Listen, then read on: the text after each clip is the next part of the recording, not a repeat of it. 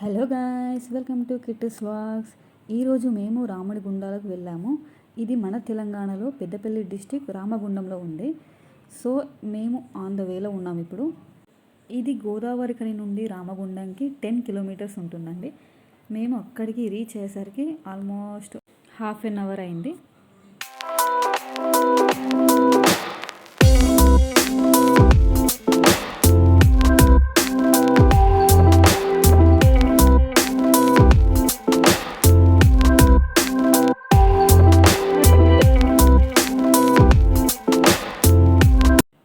ఇప్పుడు మనం ఆల్మోస్ట్ రాముడి గుండాల దగ్గరగా వచ్చాము. ఇక్కడ వెళ్ళే దారిలో మనకి ముందు హనుమాన్ స్టాచ్యూ ఒకటి కనిపిస్తుంది. అండ్ ఇంకా కొంచెం ముందుకెళ్తే గణపతి స్టాచ్యూ కనిపిస్తుంది.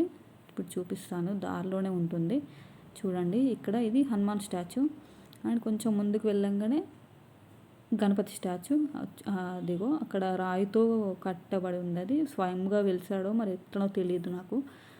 సో చూడండి, ఇక్కడ చెట్లు, ఈ దారంతా ఇట్లా మట్టి పెద్ద పెద్ద గుట్టలు, చెట్లతో రాయి, ఇదంతా ఇట్లా ఉంది ఈ ఏరియా అంతా. సో మీకు కూడా వీలైనప్పుడు వచ్చి ఇక్కడ రాముడి గుండాలని దర్శించుకోండి. చూడండి, ఇదే మన రాముడి గుండాలు ఎంట్రన్స్. ఇందులో కొంచెం ఒక 1/2 కిలోమీటర్ వెళ్తే మనకి అక్కడ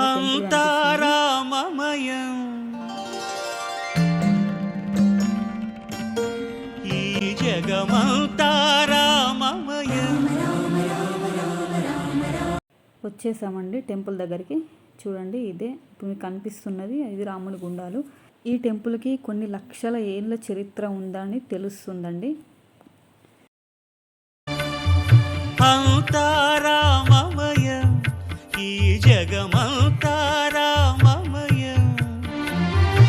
చూడండి, ఇక్కడ కనిపిస్తున్న గుండాలు ఇది. ఇంకా మొత్తం 108 గుండాలు ఉంటాయంట. యమగుండం, జీడిగుండం, పాలగుండం, నేతిగుండం, భైరవగుండం, శ్రీరామచంద్రమూర్తి పేరుతో కలుపుకొని పలు గుండములు ఇక్కడ ఏర్పడినవి. గతంలో ఈ నీటి గుండాలు ఎప్పుడు నీటితో నిండి ఉండేవని, కానీ కాలక్రమేణా కొన్ని పూడుకపోగా ప్రస్తుతం ఇవి మిగిలి ఉన్నాయి.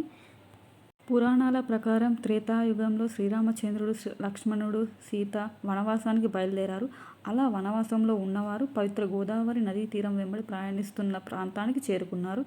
ఆ సమయంలో అక్కడ మహర్షి విశ్వామిత్రుడు, మహామునేశ్వరుడు, గౌతముడు, నారాయణుడు, విఘ్నేశ్వరుడు, ఋషులు, మునులు నివాసం ఉండి తపస్సు చేశారు.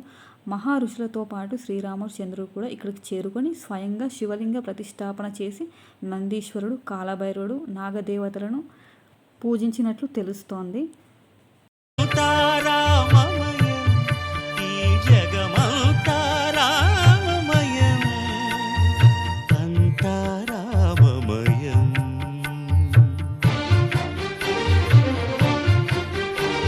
ఈ రాముడి గుండాలకు రాముడి గుండాలు అని పేరు ఎందుకు వచ్చిందంటే, రాముడు ఇక్కడ వనవాసంకి వచ్చినప్పుడు 108 రోజులు ఇక్కడ ఉండి నిత్య పూజలు చేసేవాడంట.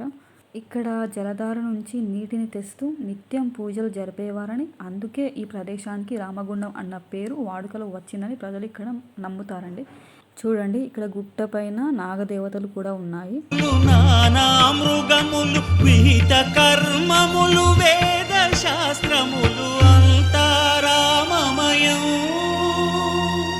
సో ఇక్కడ ఇది శ్రీరామచంద్రుల వారి టెంపుల్కి వెళ్ళే దారి.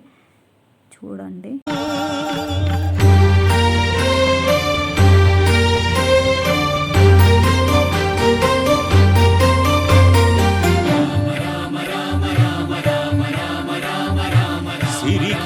చెప్పడు శంఖ చక్రయుగము చేదోయి సంధింపడు, ఏ పరివారంగును చీరడు అభ్రకపతిన్ వల్లి. ఆ శ్రీరామచంద్రుల వారు ఈ ప్రాంతంలో 108 రోజులు వనవాసంలో ఉండి 108 గుండాలను ఇక్కడ తవ్వారు. అలా ఒక గుండం నిండిన తరువాత మరొకటి నిండుతూ జలధారకు నీటి పూసగుచ్చినట్లుగా కనిపించే ఈ దృశ్యం చూపరులను కట్టి పడేస్తుందండి. ఇక్కడ ఇదేనండి సీతారామ లక్ష్మణుల టెంపుల్. అక్కడ చాలా ఎత్తులో ఉంటుంది. ఇది కొన్ని స్టెప్స్ ఎక్కాలి ఇక్కడ చేరుకోవడానికి. చూడండి, ఇప్పుడు మీకు చూపిస్తాను. ఇక్కడ బండలు పెడుతున్నారండి, 4-5 బండలు ఒక్కొక్కరు. ఇది ఎందుకు పెడుతున్నారో కూడా నాకు తెలియదు. సో మేము కూడా పెట్టి వచ్చాము. అలా పెట్టడానికి రీజన్ కూడా నాకు తెలియదండి. చూడండి ఇక్కడ వ్యూ చూడండి ఎంత ఎత్తులో ఉందో టెంపుల్. కింద మనం ఇప్పుడు వచ్చే దారి అంతా కనిపిస్తుంది, ఇప్పుడు వచ్చిన దారి మనం అంతా కనిపిస్తుంది. కింద చూపించింది మీకు ఇప్పుడు చూడండి, అక్కడ గుండాలు చూడండి పైనుంచి. మేము మార్నింగ్ 8:30కి వస్తేనే చాలా ఎండ ఉందండి, చాలా ఎండలో వచ్చాము. మేము మార్నింగే వద్దాం అనుకున్నాం, కొంచెం లేట్ అయింది. సో ఎండ కూడా అయింది, చాలా ఎండ ఉంది అక్కడ. సో మేము ఇంకా రిటర్న్ వెళ్ళిపోతున్నాము. ఇంకా నా ఛానల్ని సబ్స్క్రైబ్ చేసుకొని వాళ్ళు ఉంటే చేసుకోండి, లైక్ చేయండి. Thank you so much for watching this video. And చూడండి ఇది పార్కింగ్ ప్లేస్, ఇది నేను వెళ్ళేటప్పుడు తీశాను video. Okay, thank you so much for watching this video. Bye.